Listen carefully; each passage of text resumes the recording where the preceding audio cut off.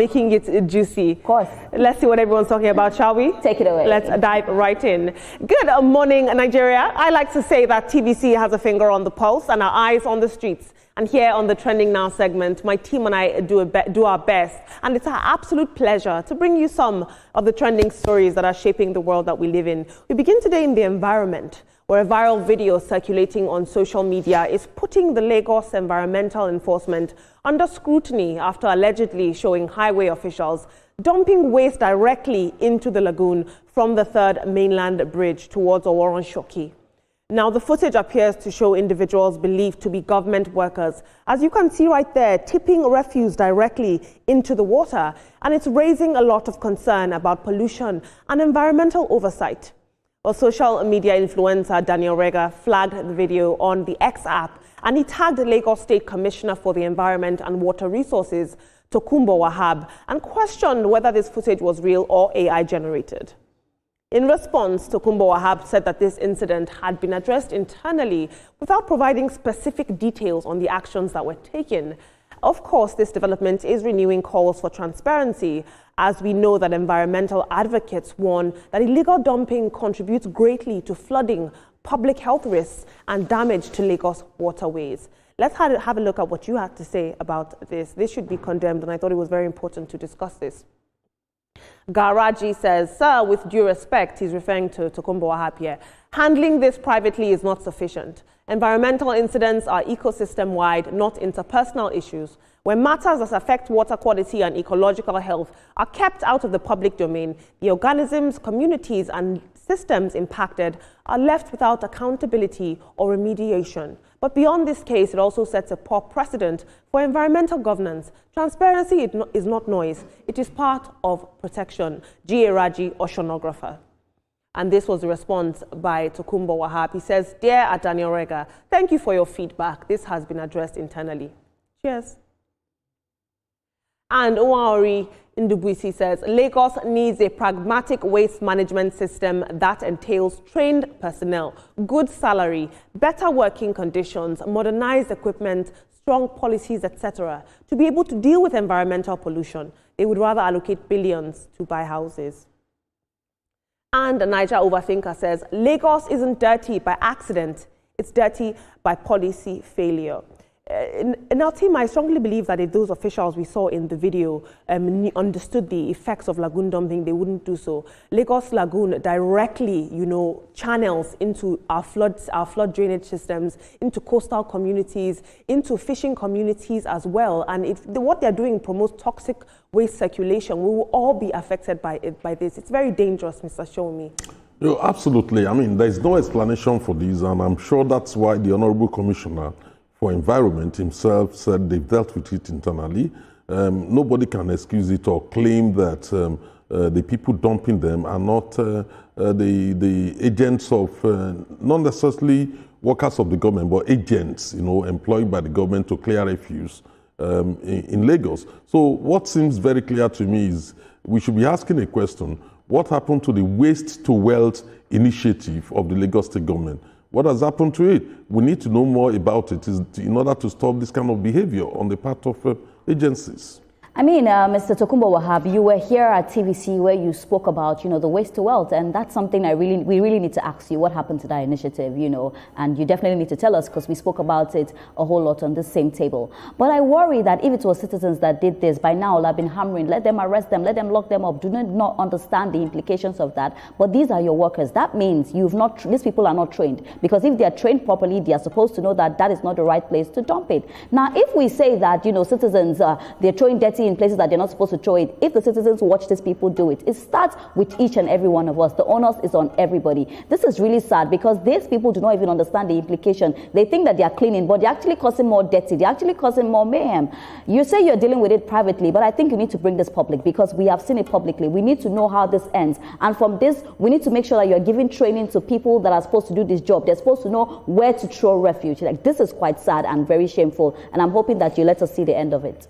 I think we should call a spade a spade. Lagos State has not lived up to expectation recently when it comes to waste management. Truly, yeah, we spoke with the Commissioner for Environment. He told us about the plans to relocate Olusosun to different locations. I think Ekpe, Ikorodu, etc. And before then, we've been seeing that even the Loma, they've not been picking refuse from emptying drums from different homes at different locations across Lagos State, and so many places are now getting dirtier than it used to be. So it's so sad, and I feel that they need to do something about it, because these people probably must have been doing this because they realize that the Loma vehicles and all of that may not definitely come to pick them. So they just have to do it the quickest way, by destroying our aquaculture, because what they are throwing in there, you see waste and all of that, even microplastics get into the fish.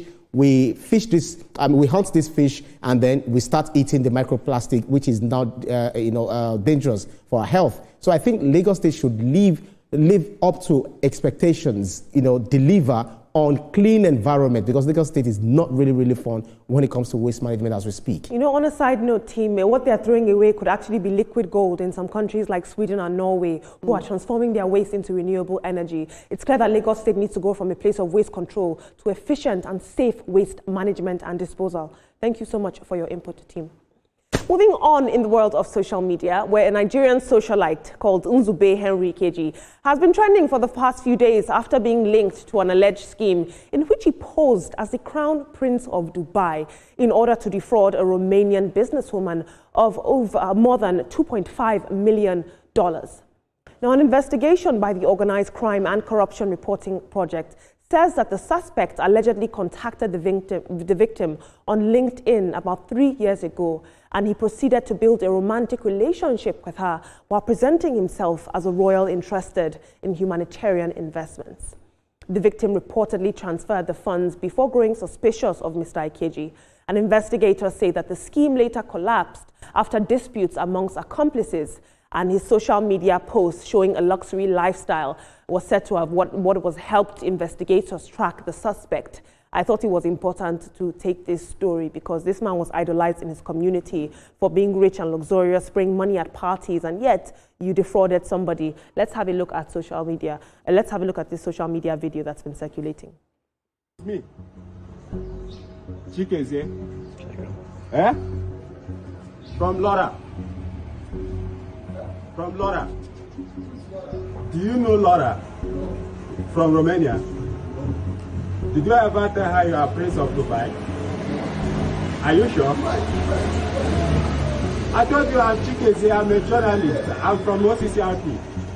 So, how did you get to my house? Well, that's my job as a journalist. Why is this man videoing me? It's not a problem. Don't worry about him. He's my colleague. Do you know Dr. Martin Sabulimet? Yes. Okay. Did he send you money from the UK? I would prefer this question you are asking me now. You consult me in your office, or will you meet me or meet my legal team? I don't know what you are talking. No problem. I will get back to you. Okay, send me your legal team. I will send you email. Tell this man to. Yeah, stop. Who is the man? It's my colleague. What you just watched was the moment Mr. Ikeji was accosted at his Abuja mansion with money he defrauded. Let's have a look at social media. Akunne Siobike says, wow, I'm an Igbo girl, says this video was trending at the time. When his wife posted it on IG and people were tapping from her blessings, little did they know all that money was acquired fraudulently. This is why we should all be content and never envy anyone. Mazi CJ also had this to say. He says he is still talking like this because of the connections around him. If the investigators are given a chance to interrogate him, he won't be issuing this kind of low-budget statement. Everyone who's been involved in one way or the other is certainly playing their cards to suffocate the case. One thing is sure, no more Schengen, UK, US, Canada, Australia tour for him and the names involved. This is a cautionary tale, and unfortunately, the lives that so many young men in Nigeria are living. On one hand, you're displaying luxury, you're living a luxury life full of Range Rovers and bundle spraying in popular clubs. On the other hand, somebody is dealing with the implications of you taking their life savings and their pensions away from them. When we talk about demarketing Nigeria, these are the sort of people that do it. No, it's absolutely disgusting. I mean, you can look at the confidence. He was, enthusing confidence. He was still confident nothing would happen to him and bragging about his ill-gotten wealth. It's quite very shameful that some of our, it's not all the youth, very few Nigerian youths are actually involved in this fraudulent thing. How can you keep, enjoying wealth at the expense of other people's misery when in reality, they're not even your money to start with. You exploited, you deceived them, you stole their money, and you then portray yourself as a socialite. What kind of socialite is that? I think the police should ensure that this guy is processed through the criminal justice system. And these are the people that will make people say, oh, Nigerians are not great people, oh, Nigerians are corrupt, oh, Nigerians are yahoo. These are the people that do it. Olamide, what baffles me is that the way he was showing off the wealth. And these are the people that are putting pressure on young people. A lot of young guys that are doing 9 to 5 will look at this guy and be like, oh my God, how is he doing it? These are the people that are making our young people, do things they're not supposed to do. I understand that nobody should influence you, but we live in a life that sometimes you see things that you're asking God, why not me? And then you now find out that this is gotten from some unquestionable means. Like his wealth was unquestionable. And I do not want to, mention names of friends that he has. Let me not implicate people on TV. But we've seen him with really prominent people, that we know that he was taking pictures with and he was their friend. He was among them. And that makes us now start questioning those people as well. This is quite strange and this is quite scary. The fact that he was speaking so boldly. Another thing I know is that he didn't expect, the journalists to get to his house. The question he asked was, how do you know my house? Mm-hmm. Because it's something that I think that we really need to eradicate people that do this in Nigeria, people that do this crime, putting Nigeria in a bad light when we have other Nigerian guys that are working hard and making their money legitimately. You spoke about, his wife putting things online and people were like, God when. And that teaches us a lesson as well. When you do not know the source of somebody's income, don't God when the person. And maybe the person shouting God when is just asking God, when is my own, fortune going to come? I'm not sure I really know much about this guy, but the thing is, all the accusations still remain, an allegation. They still remain allegations. So if he's found wanting, he should be arrested and tried and then put to jail. If he's found wanting, that's one. And I think I checked the Homeland Security website of United States, was it 2 days ago? And I saw about 77 Nigerians that are waiting to be deported. Why? Because of wire fraud, because of scamming, because of stealing government properties, because of sodomy, because of sex trafficking, etc. And these are the kind of people who give us bad names. So if this guy is found wanting truly, he should be, arrested and put to jail. But if not, let him enjoy his proceeds. It would be great to see the OCCRP, who first reported on this case, collaborate with the EFCC to really shed a more light and prosecute if he is indeed guilty. But that Range Rover tells me otherwise, Ibrahim. Moving on. We take this to the front lines, where a CNN investigation has just exposed how Russian military recruiters allegedly target African job seekers, including Nigerians, with offers of civilian jobs, signing bonuses of about $13,000 and monthly salaries as high as $3,500, and even promises of Russian citizenship in order to lure them into the Russian army. Sources say that at least 4 Nigerians were killed after being recruited for what they believed were security or civilian roles before being forced into military service after just about 3 weeks of training. Some fighters told CNN that they were made to sign military contracts written only in Russian without translations. Others allegedly had their passports confiscated, making it almost impossible for them to leave the front line or the country. Now, the deaths were believed to have occurred between December 2025 and January 2026, and they're generating a lot of concern about foreign recruitment networks targeting vulnerable Africans and showing how the Russia-Ukraine war is increasingly pulling in fighters far beyond Europe. I want to show you a video of a young African soldier, I believe he's from Uganda or Kenya, speaking about his ordeal. Have a look. Somebody phoned me on the street and said there are some jobs in Russia, jobs to work in the supermarket, jobs to work in the factory, jobs to work as a security guard at the airport. We are only 4. I didn't know that we were going to Brashka. Me, I knew we are going to the supermarket. And they said, you have entered here, but sorry guys, you are joining Russian what? Military. Then we told them that, no, this is not what brought us here. They said there's nothing we can do. You can't cross the gate. The gate is locked. He put us on a gun point and he said, you sign these papers. He said, you have to sign on Ugani Point. And they drove us and they put us in a place which was dark. You heard it from that young man. Let's have a look at social media. Earl Paul says, this is what exploitation looks like in real time. Poverty weaponized, desperation monetized, lives treated as disposable, promises made on paper, reality delivered at gunpoint. It's not geopolitics, it's human trafficking dressed up as opportunity, and it exposes how cheaply African lives are valued when systems fail at home and abroad. And Niger Overthinker says, they weren't soldiers, they were job seekers exploited by false promises. That is not recruitment, that is trafficking. Team, I'm going to come to you now. It's very interesting when we look at even the history.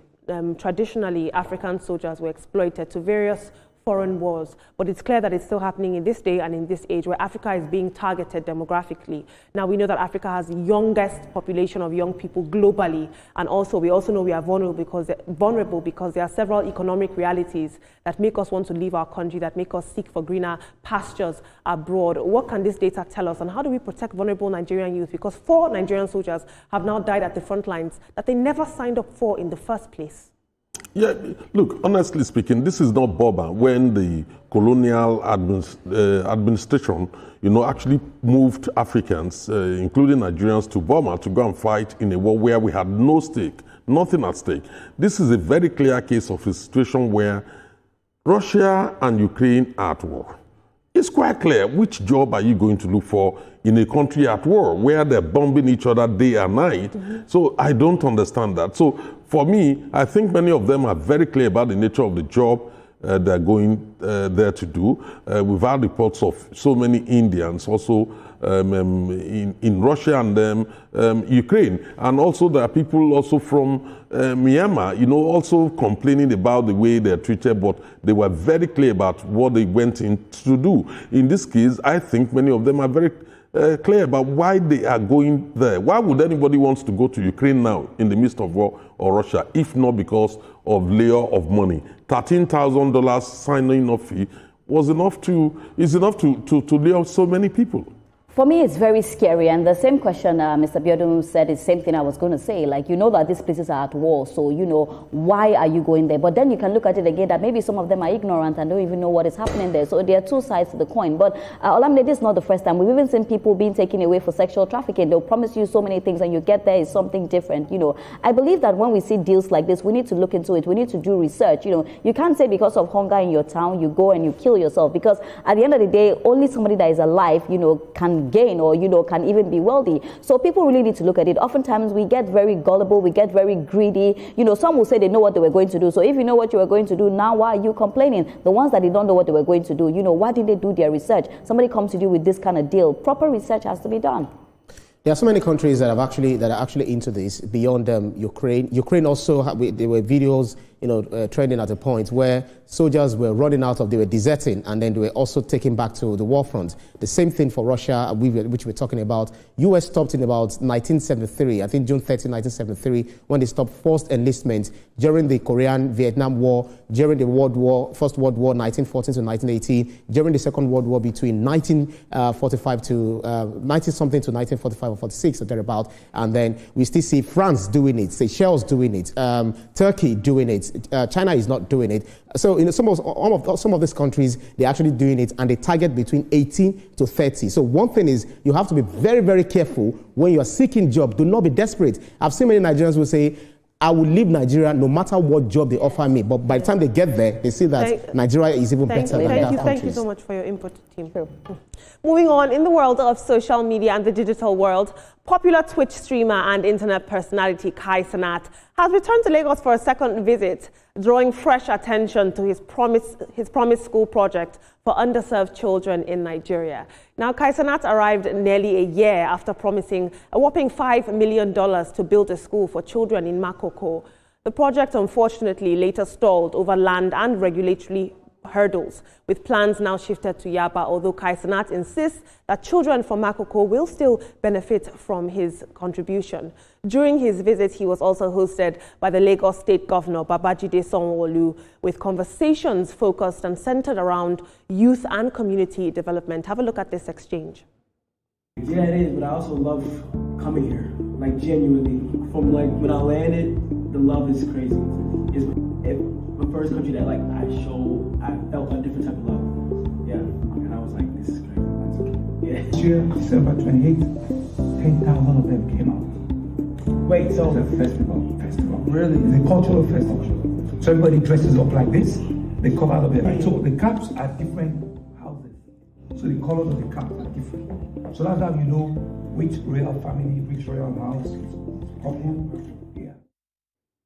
Now, his return is generating excitement amongst fans, but it's also renewing questions online about timelines and visible progress. And this visit comes just weeks after fellow streamer Aisha Speed's high-profile trip that we all saw. And it does spotlight Nigeria's growing influence in global digital culture. That's a mouthful. Let's have a look at one tweet. Zubaida Ismail says, each child in this school gets to learn and become better. This is what impact means. And I couldn't agree more. Now, here on the TVC Breakfast Show, we truly believe that time is of